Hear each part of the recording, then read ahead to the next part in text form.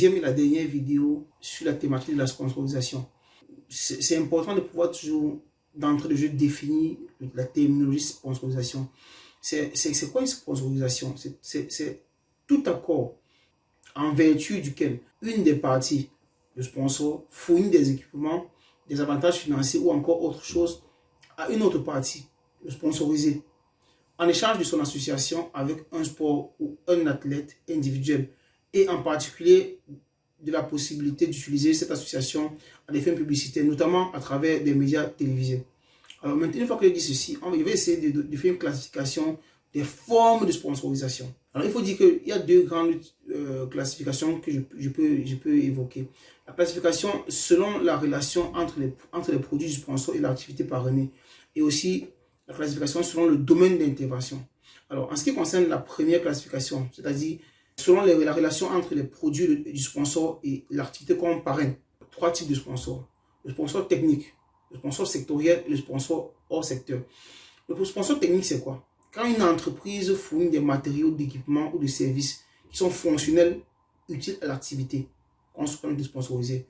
Le sponsor sectoriel, c'est quand l'entreprise fournit des produits qui peuvent être utilisés lors de l'activité. Et le dernier type de sponsor, c'est le sponsor hors secteur. C'est quand l'entreprise ne fournit qu'un soutien financier.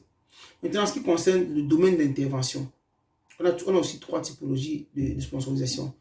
On a la sponsorisation sportive, on a la sponsorisation culturelle, on a la sponsorisation dans le domaine social.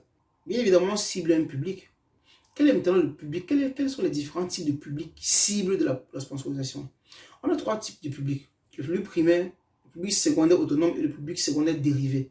Le public primaire, c'est le public qui est physiquement présent à un événement donné. C'est-à-dire un match de foot comme ça, il y a les supporters. Ça, c'est le public primaire. Le public secondaire autonome, parce qu'il y a deux types de publics. Il y a deux types de publics secondaires. Le public secondaire autonome et le public secondaire dérivé. Le public secondaire autonome, c'est le public qui est le public accessible par l'apport spontané des médias. C'est-à-dire le public que les médias peuvent toucher de façon spontanée.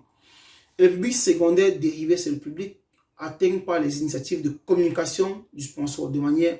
Alors, on peut parler de l'efficacité de la sponsorisation.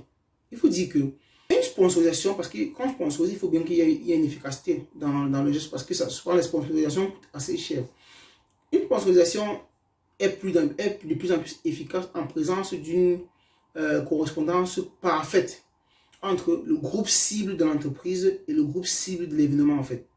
Premier point. Deuxième point, l'image souhaitée par l'entreprise et l'image de l'événement. Troisième point, les caractéristiques de l'événement, donc les objectifs de la communication. Une fois qu'on a évoqué l'efficacité de la sponsorisation, on peut parler aussi des problèmes. Quels sont les problèmes de la sponsorisation?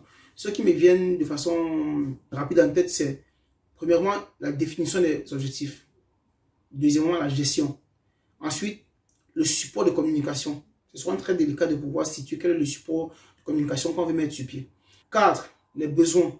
Et enfin, le dernier point très important dans les problèmes de la sponsorisation, c'est le professionnalisme des opérateurs. On a parlé des problèmes de la sponsorisation, donc du coup, ça nous envoie sur un point qui est important, la communication et la sponsorisation.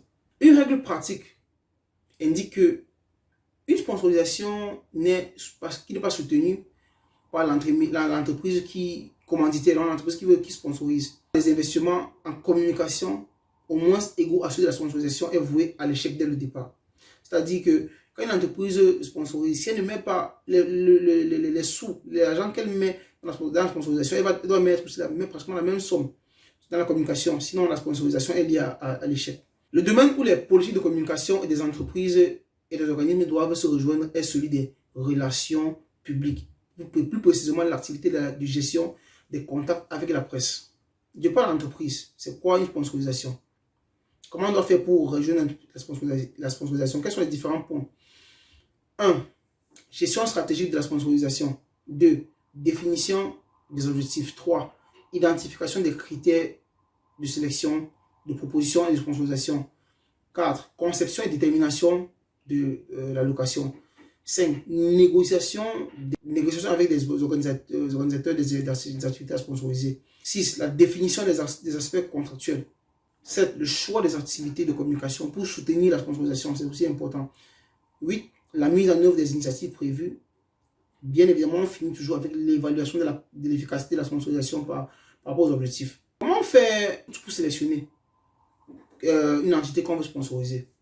Premièrement, on fait une recherche sur les valeurs de la marque. On fait la recherche. Deuxièmement, on fait la recherche aussi sur les valeurs de l'événement. Troisièmement, on fait un approfondissement des entreprises. Et ensuite, on monte un bon dossier pour la sponsorisation. Il faut regarder la sélection, je parle de la valorisation. La valorisation, ça veut dire quoi?